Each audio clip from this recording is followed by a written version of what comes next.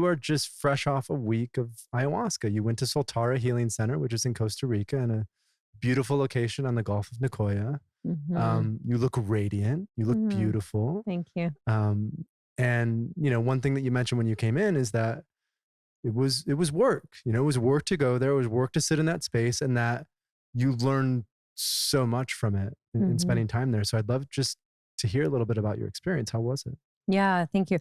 Well, my relationship with ayahuasca started 7 years ago. So I really do feel like it's been a long-term love affair. I hope it stays like forever. Like I feel like we're soulmates. Like I'm not leaving her. And it's been throughout that period of 7 years that I've taken little breaks, or like I've sat once, I've sat 3 times, I've sat once. But it'd been 3 years since I did my last kind of deep dive of 3 nights. And so when I was invited there, I really was considering like, okay, is this the right place for me to go to do this? And it just seemed like they were in such integrity. I felt warmth from everyone there, even over the email. And I was kind of annoying with them because I was like, wait, but I feel like I need to go to Peru. And then an opportunity to come to Peru, to go to Peru came up, but then it fell through. And so I was like, okay, guys, I'm coming to Costa Rica. So I felt like that was my own resistance. Honestly, whenever I play those games of back and forth in my mind, as much as I can sort of assure myself, oh no, it's because I really need to think about this. Usually it's resistance for me, of resisting love, resisting letting go, resisting facing the tough work. So I got through that first little tunnel of resistance into the yes, I'm going to go. And then it was just an incredible week. It was really hard work. All of my ceremonies felt really pretty laborious, there's a lot of intensity. I really feel like I learned a lot about the nature of my mind and where my mind is untrained and where it needs more work and practice, more gymnastics is kind of what I was feeling. I was going through like mind gymnastics, and I went to India and Nepal earlier this year, and I did a bunch of really deep Buddhist initiation and meditating in caves, and going into ayahuasca is like, oh shit, like I think that my mind is a lot more trained than it's not. And I can see all the places where all the internal struggle that I'm creating for myself is self-created. And yeah, I mean, it's hard to describe what happens in those spaces. I'm not even going to try, but it was great. It was deep. It was beautiful. It was incredible. Well, and like, so you've done all of this, like you were in India and Nepal, and you've been doing this work for many, many years with mushrooms and with ayahuasca. What was different about this experience compared to, a lot of the other work that you've done in the past? Well, I gave myself the full week to just be at Soltara. No work, no phone, no friends, no lovers, no family, just like me and me. In the past, I've done like ceremonies on a weekend, or it's been sort of intermixed with my life. I gave myself really the full time of being there. And also my whole life now is oriented towards like my growth and development. So it's not like a step outside of my life. When I did 3 ceremonies about 3 years ago, I was in this kind of Hollywood moment. I was pitching a TV show. I had just directed a TV pilot with Vice and Spike Jonze. And I was in the Matrix hardcore at that moment. I had agents at CAA. And so that stepping into ceremony from that, like I was really facing a lot of my ego, and I was really facing a lot of my shadows around success and money and validation and approval. And this time I wasn't. This time I was just like, well, girl, you go deep every day. Like your life is, you are operating at something. That's a relative term. I mean, relative in terms of my own journey, like depth, the depth that I'm with me. Someone else is way deeper than me. Great. Thank you. But, so this week I already was entering into this space with a deep sense of knowing of myself and my shadows. Like I know them very well. There are most things about myself I've been studying for so long. So even the patterns that I engage with that create more suffering for me, I know them now. And so in the past, those things would be a lot of ahas, like, oh my God, I didn't know I had this pattern that I keep doing. Oh, I didn't know that this shadow, I keep playing it out. I know them now. I don't know how to get out of them always. And that was, part of my sort of prayer is just like, how do I just get out of this? And on the third night, so I did a different intention every night. And my third night, the intention was epiphany. Teach me about epiphany. Or breakthrough is another kind of similar word. And I had a beautiful breakthrough that night about some stuff I had been carrying. And the breakthrough was like, well, here's how you get out of the pattern. You just don't carry it anymore. You release it, right? You totally let it go. Yes, but it's like easier said than done. It's kind of like if you are woven into the fabric of some sort of ancestral pattern of scarcity or self-sabotage or, body issues, like you're literally unpicking the weave in this tapestry that has been woven by the collective consciousness, by your family. And how do you can't just escape it. Intellectually, we think that like, oh yeah, I'll just like opt out of that, but it's just it's like embedded in the subconscious. But ceremony, we're able to experience, I think, those layers and feel a sense of relief. I felt a breakthrough. All of a sudden I was sitting there, I was like, I'm a fucking rock star. I was like, I don't have to carry this wound anymore. And I was just like, yeah. And I was just dancing on my sweet little mat, and the moon was pouring in on my face. And I was just like, I felt such relief. And then the next night I went back into hell. Well, and what you're talking about, it's like a remembering of sorts, right? When we do this work, we become very familiar with our own shadow. And then we go back, we go out into the world, and we start to play the game again. We start to get involved in the matrix because in a way that's what keeps us active. That's what keeps us, like engaged. And then when we're able to come back into ceremony, come back into these expanded states, we sort of, we lose a little bit of that insight and awareness. And then it's something that we often remember. In fact, I'm starting my own process of now working with mushrooms in particular. In Oakland, they've been decriminalized, right? Which so cool. So cool. Such good news. And so I'm now getting into like a monthly ritual where I'll do mushrooms. And, I had my first one a couple of weeks ago. And so when you're talking about this sort of, in a way, it's just a choice, right? It's a choice that we have to release things. It's a choice that we have to step into a new way of being. And that agency, that like belief in agency, that belief that, oh yeah, I can do this. I am capable of this. For me, that is what I love most about psychedelics and plant medicine is a lot of times when we're in the matrix, we get distracted by all these external things. We blame and we judge and we say, oh, the issue is there. The issue is there. The issue is there. But that time is often like, it's a time to remember that everything that we need to change is right here. It's within us. Yeah, exactly. And I think that, we can understand it intellectually. Oh yeah, like this, don't put your hand on the stove, it's going to burn you. Yeah, you can understand that intellectually. But if you're so just used to doing it, like even after you intellectually understand that you need to change a pattern, then you're doing you're aware of it. Oh, now I'm just watching myself repeat it. Oh, interesting. There I am repeating the pattern. Okay, cool. And like the process to get from that awareness to then, oh, you know what? Like I'm actually not going to do it. And then you're still standing there looking at it. I'm not going to do it. Oh, cool. You're not going to do it. Awesome.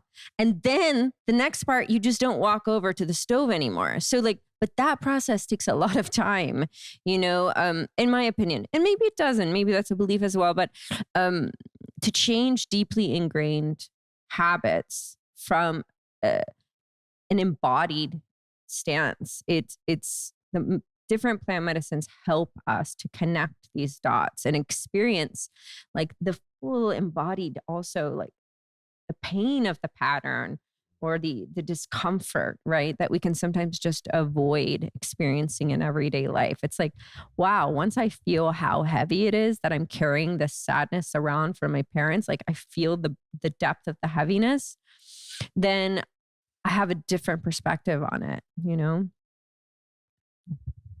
Yeah, it's that melancholy. And I like That was just a random example. but that's like the example that I'm holding on to, and that's the example that with mushrooms in particular was like melancholy and sadness is often it's a choice. And when we talk about like the ability to change, I think scientifically there are only so many things that we can change at once. I don't think we can all of a sudden transform from person A to person Z. I mean, Buddha did it, but he had been working on it for a while. Yeah.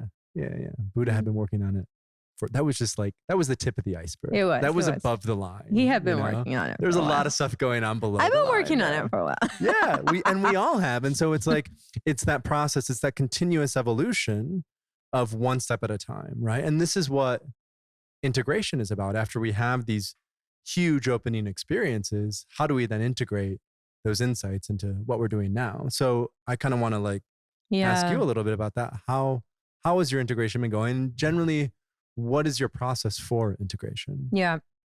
Well, because I already have a really deep daily practice, like I've been practicing meditation for about 16 years. I've been journaling every morning since college. Some days it's just a little, some days it's a lot.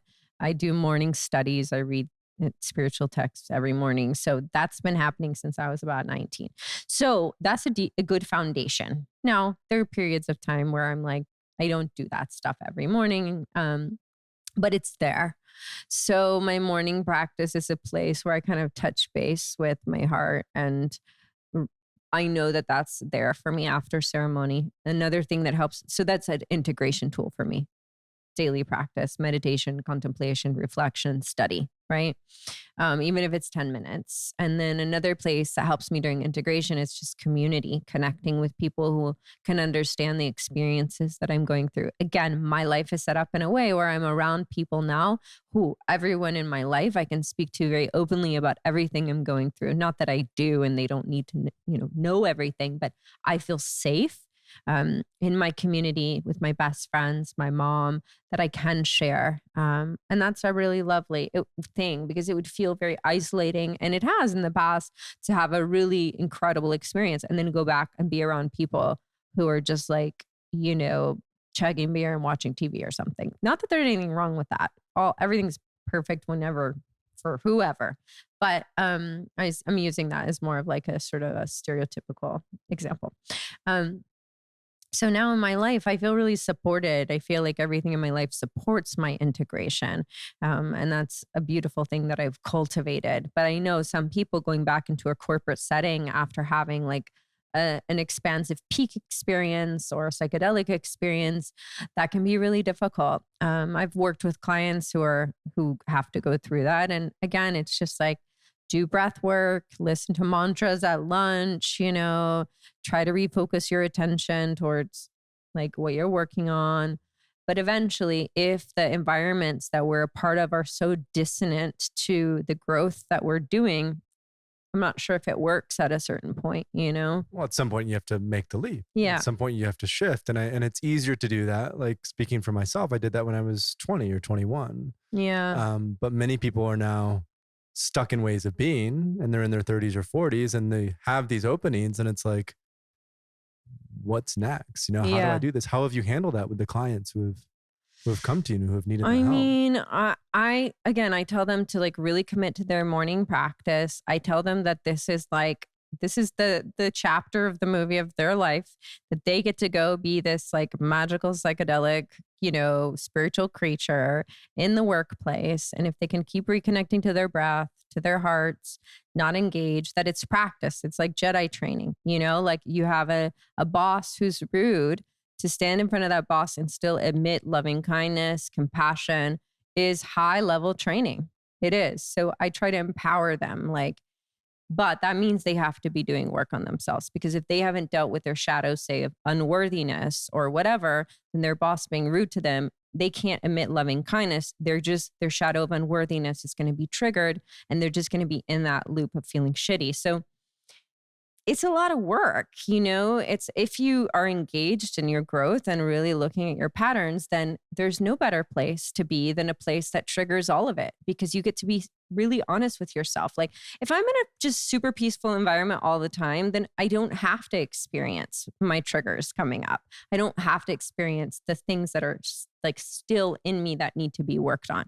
I mean, relationships are the place where almost all of those things come up, and we turn committed, deep relationships that we've been in for many, many years often. Yeah. Whether it's friendships or romance, I think those are the places where our deepest shadows come up, like our deepest fears of not being loved, of not being seen, of not being heard, of feeling unworthy of love. All of these things, they do come up in there. So like anytime that I feel like I'm avoiding that level of depth and connection, I know that I'm also avoiding some of those deep healing moments,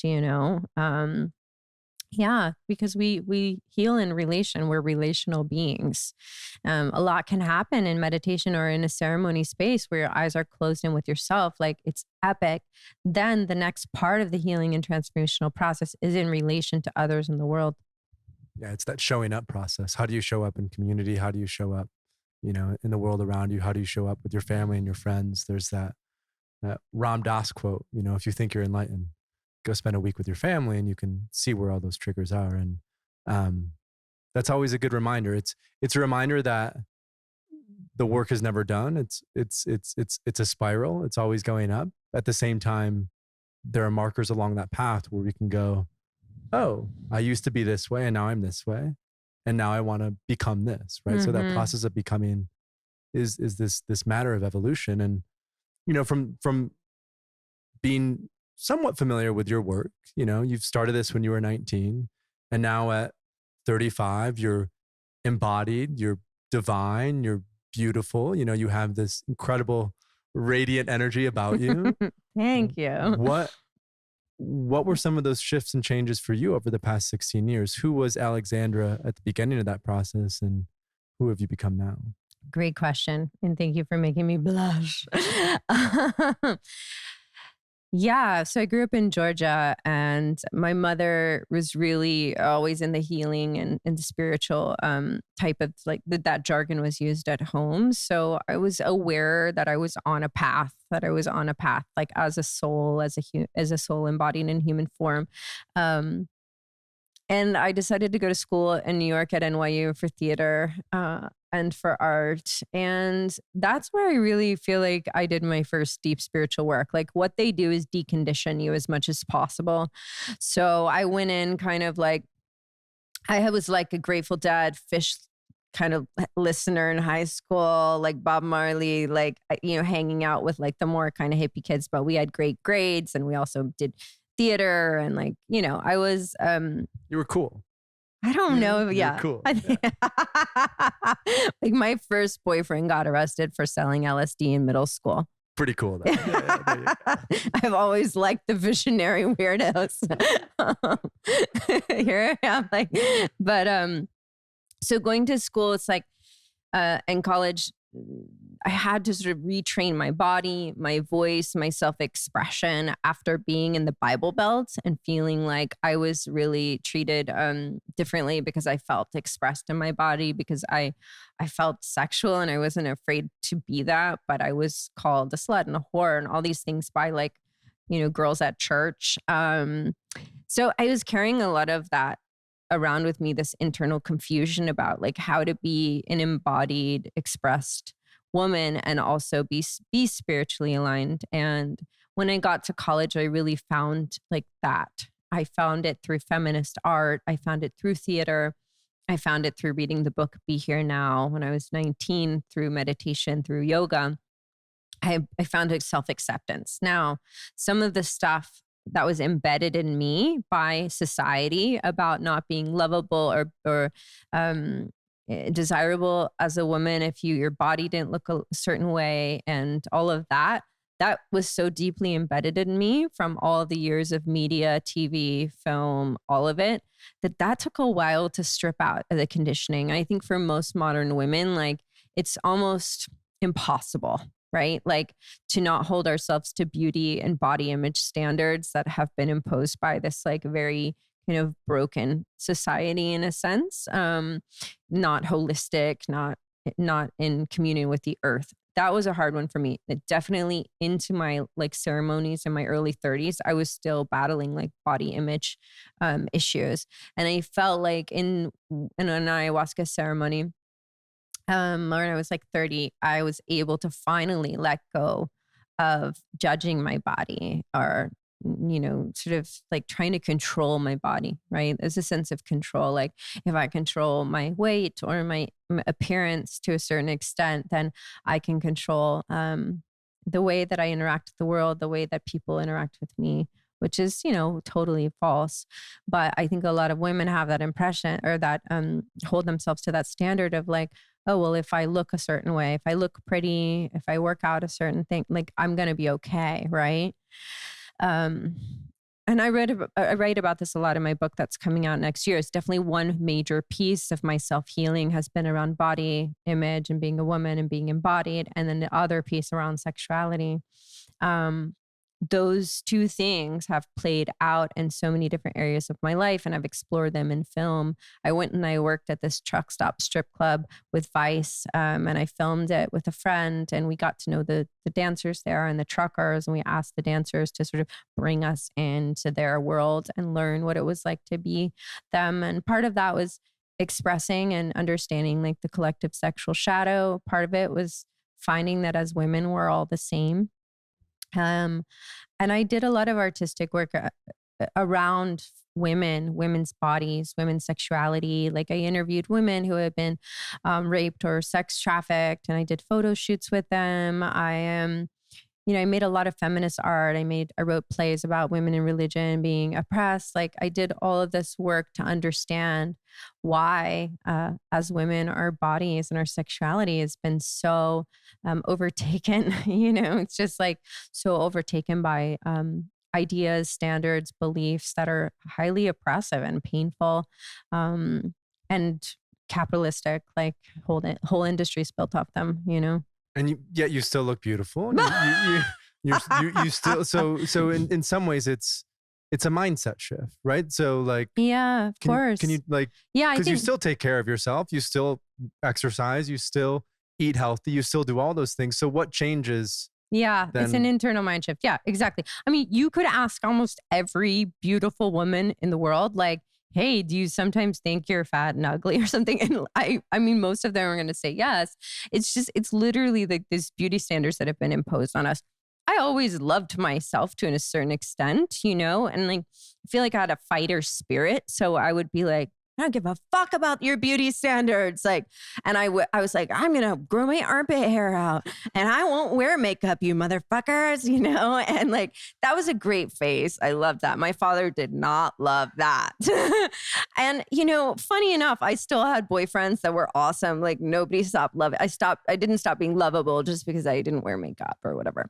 But I was able to make the choice later of like, okay, well, how do I want to express myself? And it varies day to day. Sometimes my hair is straight, sometimes curly, sometimes I do wear makeup, sometimes I don't. It's all good, not a problem. But, that's definitely a big part, I think, of the healing curriculum of the modern woman, regardless of class, of the actual body size. It's like there have been a lot of standards and beliefs about our image that have been imposed onto us. And to just come home to self-acceptance and loving oneself is it's a biggie. For everyone. For women in particular when it comes to body image. Men too. There's a lot of pressure. Men particularly when it comes to embodying more feminine aspects. I think there's a lot of stigma against that. There's a lot of, and that's starting to sort of wean off. And that happened with the 60s, men growing their hair out and getting earrings and all those things and I'm only rolling my eyes because like a part of me loves those guys, a part of me is just like no. It's a paradox. What part of you says no? What part of you? I mean, because I live in LA now and like I actually crave strong masculinity. Like I crave like I just some part of me just wants strong masculinity. And I live in California and I'm sure there's plenty of strong, masculine, woke, conscious, self-aware who have worked through their shadow men. You think there are plenty of them? Yeah.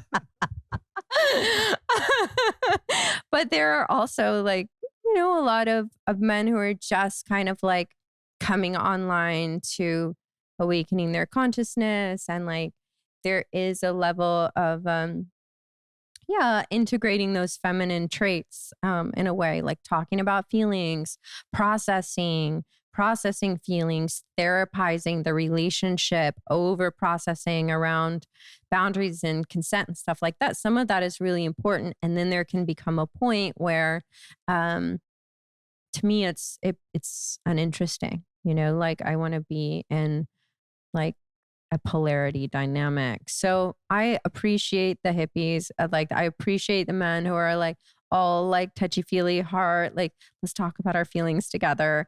I just, for me personally, don't think that will be the type of long-term relationship I will be in. But who knows? I don't know. I'm not a fortune teller.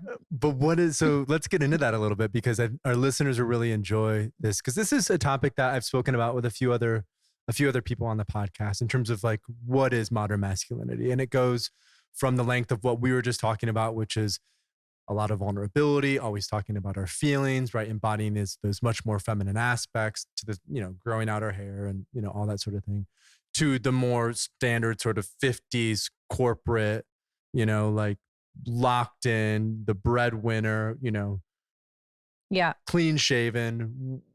Where do those two come together? What is the sort of your definition of a modern, strong, masculine person? Well, it's great. You just characterized the external, right? You talked about the feelings and vulnerability a little bit, but the external is a really great kind of way for us to conceptualize, like the sort of different archetypes, right? That we've moved through collectively, which women have moved through these as well. I think there's an integration piece that's happening, and it's so I don't want to.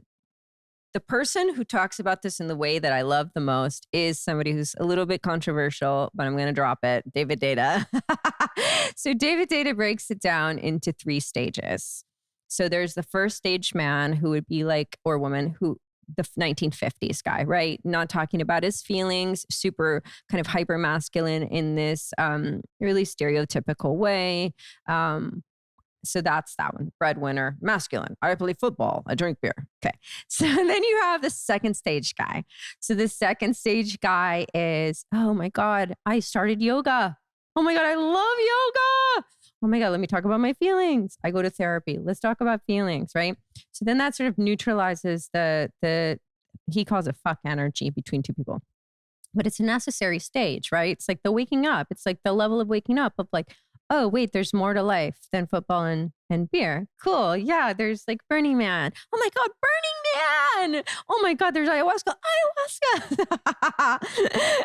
And yoga and green juice, you know? So there's that guy. So there's like the second stage guy. And then eventually the second stage, I think it's women too, right? Second stage moves into an integration where there can be, it's non-performative in this way of like, I don't have to, it actually, he says, looks more like the first stage again. So you can express feelings and emotions that are more raw and primal, but it's with consciousness now that you've added consciousness to the picture. And it's something I've experienced in workshops, and I've experienced in some moments in relating with men. And I do think, you know, it takes that evolution. A lot of people are in the second stage, I think, of like, yeah, like being super stoked to talk about Burning Man, because like Burning Man's awesome. I've been in that stage tons, you know? And then you meet people who don't have to sort of like talk about all the things, and they just embody deeply that consciousness. And it's that, I think, is the third stage, the evolution. And I like the way he talks about it like that. And I've sort of like, I've been like, oh, wow, I keep attracting like second stage men. And I'm like, well, I must be emitting that energy, right? Like talking about all of my lessons in life and like Burning Man. And like, I'm like, all right, cool. That's where I am. Totally fine. I don't have to hate on myself for it. But it's a different type of relating and connecting when you just kind of move into that space of consciousness and heart where, you don't have to be in that kind of like over processing, over therapizing, like, you know, let's eye gaze. Great. You know, you just sort of flow like that. That to me is the integration, right? Of like the sort of more primal aspects that we have as humans and the higher ones, right? It's like this all chakra integration. So when you go into like getting woke or whatever, you sometimes kind of leave your primalness out of the picture, right? Because it's like, well, if I'm now like this woke, evolved yogi, how can I be like, I want to fuck your brains out? You know, it just doesn't kind of work together. But the third stage, you're able to integrate that with consciousness. So you would be able to say that, you know? Well, and it's finding that those points of balance, and it's having the flexibility to say, okay, I can drop in to a more caretaking and nurturing energy if that feels called for. Yeah. But the predominant way of being is more direct. It's driven. It's purpose oriented. It's focused on the future. And what I love about his work is it's a lot about liberation and freedom, right? The man is oriented towards like freedom, becoming as free as possible, and then creating that freedom for people in his life so that they can become fully expressed. Yeah. Yeah. And it's difficult and it's tricky. And you know, I experienced this as well as someone who, you know, like psychedelics are now becoming a thing. They're becoming popular. They're becoming trendy. And so there are a lot of people who are getting involved in this work who are having these openings, who are going even from second stage to third stage. Because I feel like even without psychedelics, there are a lot of men who have been coming into the second stage now. Yeah. And now it's like, now how do we integrate those completely so that as a man, I can show up and I can do the work that needs to be done, and I can be oriented towards success and building and developing. But like when I need to, I can drop into the more flowy energy. This is something that I struggle with a lot. You know, I tend to over intellectualize things. I tend to over philosophize things. I love that part about myself, but it also keeps me disconnected at times. It keeps me separate. And so the work that I've done in that is just, I feel like rituals are really helpful within that process of having that space to just, as a man, to like reconnect with all aspects of who I am and enjoy both the driven, focused part of me, but also the more nurturing, sensitive, caring kind. And I feel like when it comes to then in relationships, the focus is on the polarity, and you need to keep the polarity regardless. Yeah, it's definitely a practice. I'm not a master at that. I mean, I'm learning still. You know, I really appreciated kind of diving into his work and some of the teachers that he has taught and learning about that. Yeah, I think it's, you know, it's not for everybody. Not everybody wants kind of that type of dynamic in a relationship. Like some of my best friends are in a relationship where they're just like besties. And they're like so loving and nurturing to each other. We mentioned ayahuasca briefly at the beginning, but I'd like to go deeper into that since this is, you know, a podcast specifically about psychedelics. What medicines have you worked with? What medicines do you have a relationship with? And, you know, what relationship is that, or what is that relationship like with each medicine? So 2 of my teachers, I call them my teachers. They're medicines, but I really love connecting with the plant spirit side of things. And the medicine of mushrooms and ayahuasca have like been the best teachers for me. I asked for a guru. Please give me a guru. Who is it? Is it Amma? Is it Yogananda? Who's my guru? Psilocybin, mushrooms, and ayahuasca, like 100%. Like I've learned about love. I've learned about myself, like my shadows, so much consciousness through those teachers that I will keep working with them. I've actually been really missing mushrooms because I had to take a little mushroom break, you know, because of doing work with ayahuasca. So for about a month, I can't engage with sexual thoughts. This was okay. Sexual thoughts or actions, you know, just like you're not supposed to, or mushrooms, totally fine. I'm excited though to have some mushrooms eventually. In a week, I can like have a little microdose. But psilocybin has helped me so much. It's just helped me so much to be a better writer, to be a better person, to understand my heart. And so is ayahuasca. Peyote has as well, San Pedro. Yeah, I feel like they're my spiritual teachers in a world where sometimes humans feel a bit more troubling and untrustworthy at times. Like the medicines have been the spiritual teachers that my heart has been seeking, speaking to me in a language that is actually beyond the intellect and and just the lower levels of the mind, and that's been incredible. You know, it's just been incredible to experience. Yeah. And so, yeah, psilocybin, I engage with like, I don't know, maybe like once a month. I'll have like a kind of medium dose or once every few months. Um, and I'll microdose sometimes, like once a week. I go through phases. I did a lot of microdosing about a year ago for a while. And then I just took a bit of a break. And now I kind of feel more called to do like deeper journeys. The last time I did a deep journey, I think it was like in March or something. And yeah, it was great. I have a picture framed in my house of me laughing from that day. Oh, that's great. Are your experiences fundamentally different on psilocybin and ayahuasca? Is there like, what's the energy like for mushrooms for you compared to ayahuasca? Mushrooms is a lot more heart centered for me. I feel it like in my heart. I feel the energy of love really there. I feel my distance from love. I feel the pain of separation from my heart easily if it's there. I feel like my longing for love. It's very like heart oriented with mushrooms. It's like I can feel where my heart is closed, where it's, you know, not online. With ayahuasca, it's like up here, like crown. It's like, you know, the mind, the nature of consciousness, like the places where my mind is creating suffering for me and creating an internal struggle. It's very different. I feel it in my body. I'm like shaking, crying, like puking, like all the things. But I wish it was like, I want to feel like overwhelming love running through my body. I felt a little bit of that the fourth night. I had this kind of realization about my heart being really peaceful. And then I started getting tired and I sort of slipped into this wormhole void where I was stuck in a loop for felt like eternity. I was just stuck in a loop and I was trying to fight sleep. And I was really exhausted and I kept begging to the medicine, like, please, I'm so tired. And I'm so tired. I just can't, you know? And there was like something in me that wouldn't just let go. And I kept being like, let go. You're allowed to rest. Just rest.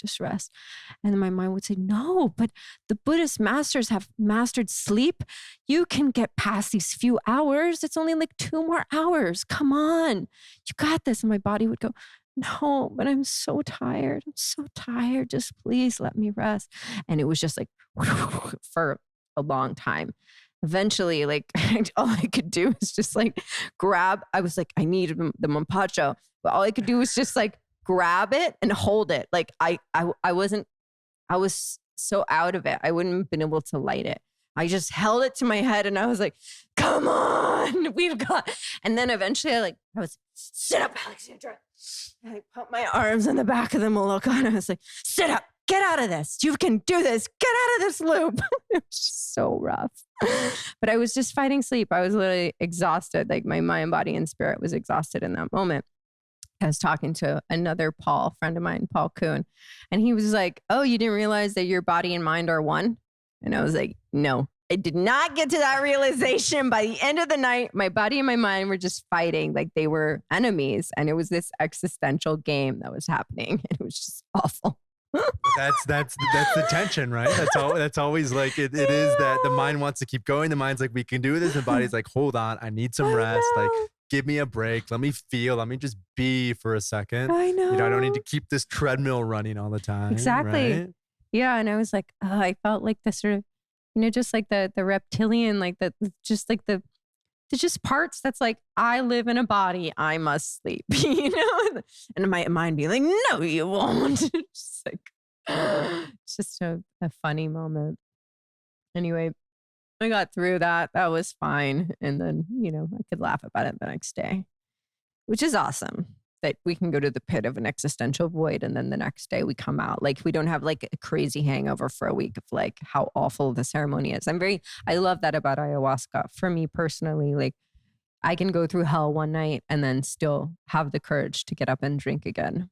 Well, and this is, I think, what you were referring to earlier as the gymnastics for the mind, right? Yeah. The ability to do that that's not the case for everyone who's going into ayahuasca. Some people, go through an ayahuasca experience and it takes them 6 months to actually recover from that disruption because it's so insane. But when you have that practice and you're familiar with all aspects of your psyche and yourself, then even 3 cups of ayahuasca on 3 nights in a row, you're like, oh, I've been here before and I've seen this and I know this and this isn't weird or maybe it is weird, but like I've been in that fucking weird place before and I don't need to like worry about it. And I think it goes back to like the safety and security element, right? Like when you come out of those spaces or even when you're in those spaces, knowing at all times that you are in a container that is safe and secure. I feel like that is what makes for a great experience. When I've been in experiences where I haven't felt that, it's hard to let go. It's hard to let go. I've been in those. I've been in those rooms too. And Soltara, I was like, wow, they are fucking amazing, impeccable container.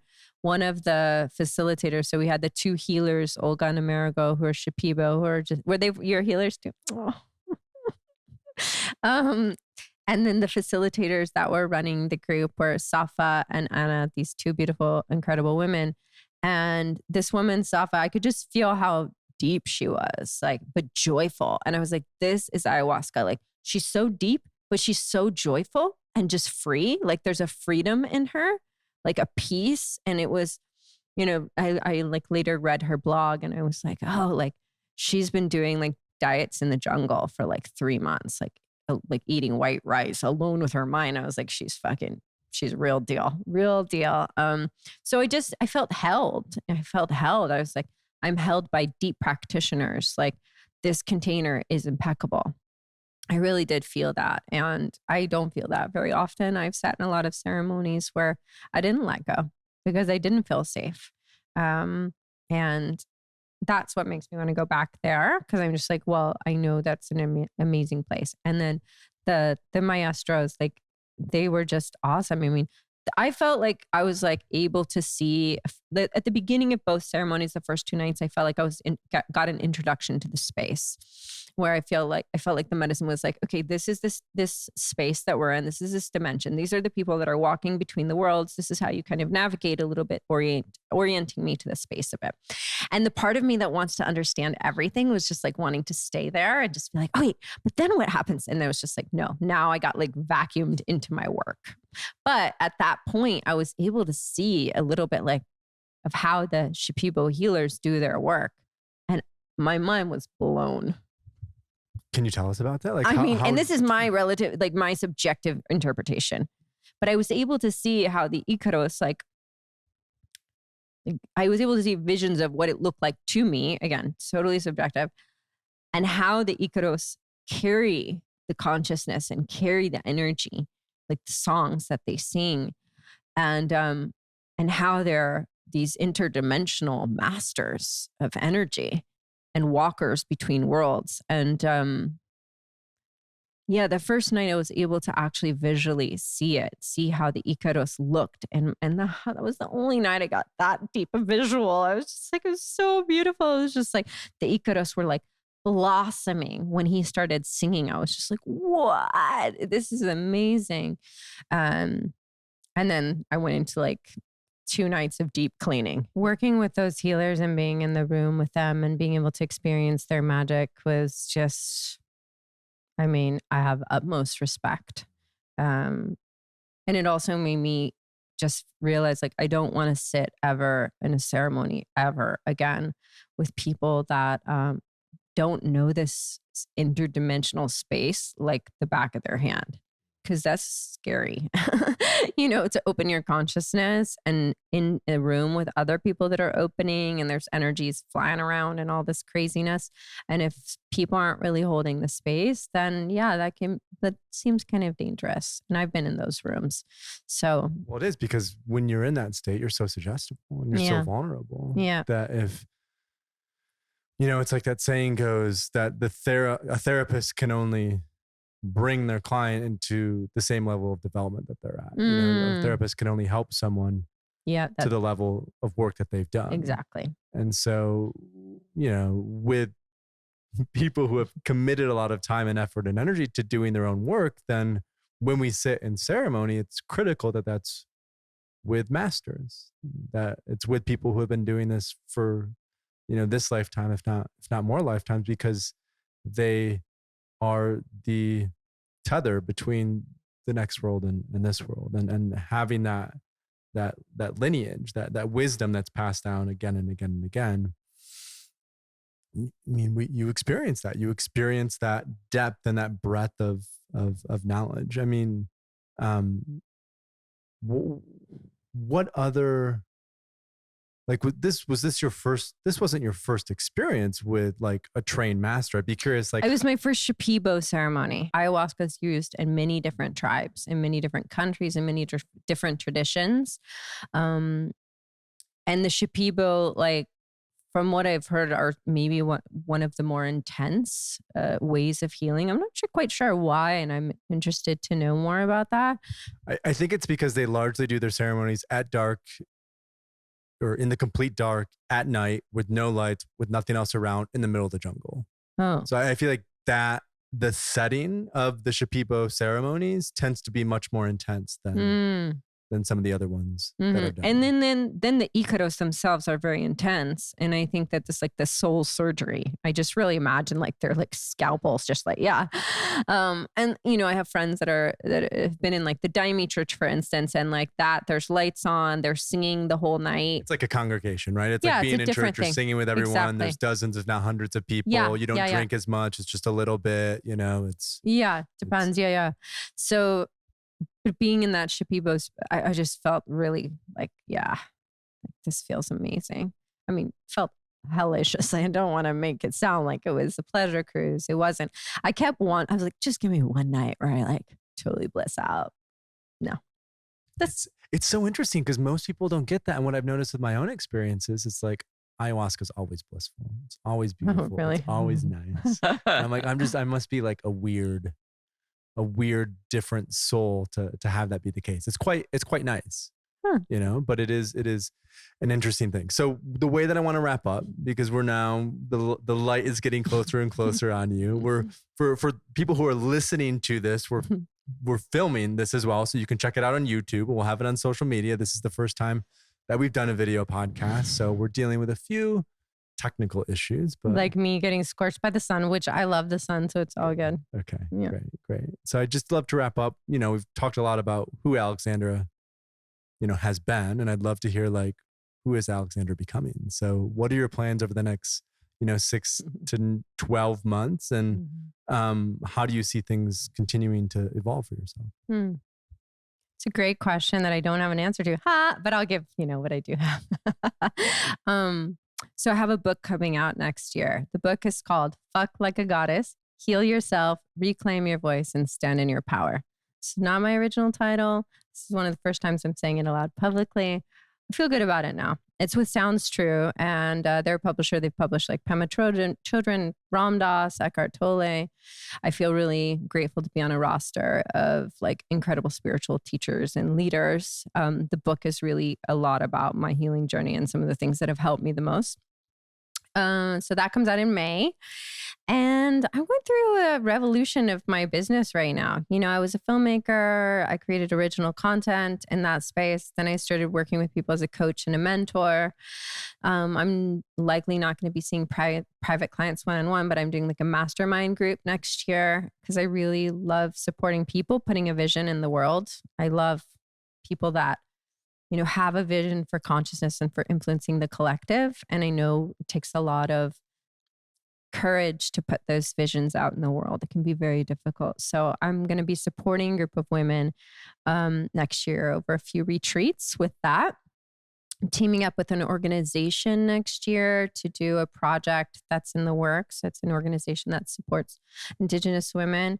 And we're going to be talking about decolonization and some of the wellness space. So that should be cool. I really want to go do some international trips. Like and work with young girls in orphanages or who have been through sex trafficking. It's been something on my heart for a while. I haven't found like the exact way that I want to engage, but I definitely feel like I need to be of some kind of greater service. And I want to engage in that space. I made a joke about writing an album today. I definitely want to sing more. I've been taking singing lessons here in LA from this amazing woman named Aya. Yeah, I don't know what other creative project might be birthed from me after like doing this book and having these few years where I've been working a lot and like really getting financially sturdy and feeling myself as a healer and a coach. I do a lot of energy work with people and I do a lot of deep healing work. A part of me is called to go deeper on that path as a healer. But less because of money, less to make it a business, but more because like I want to learn. I want to learn in that space. So I don't know what that, what it all looks like. What that will bring and what that path of knowing will bring. Yeah.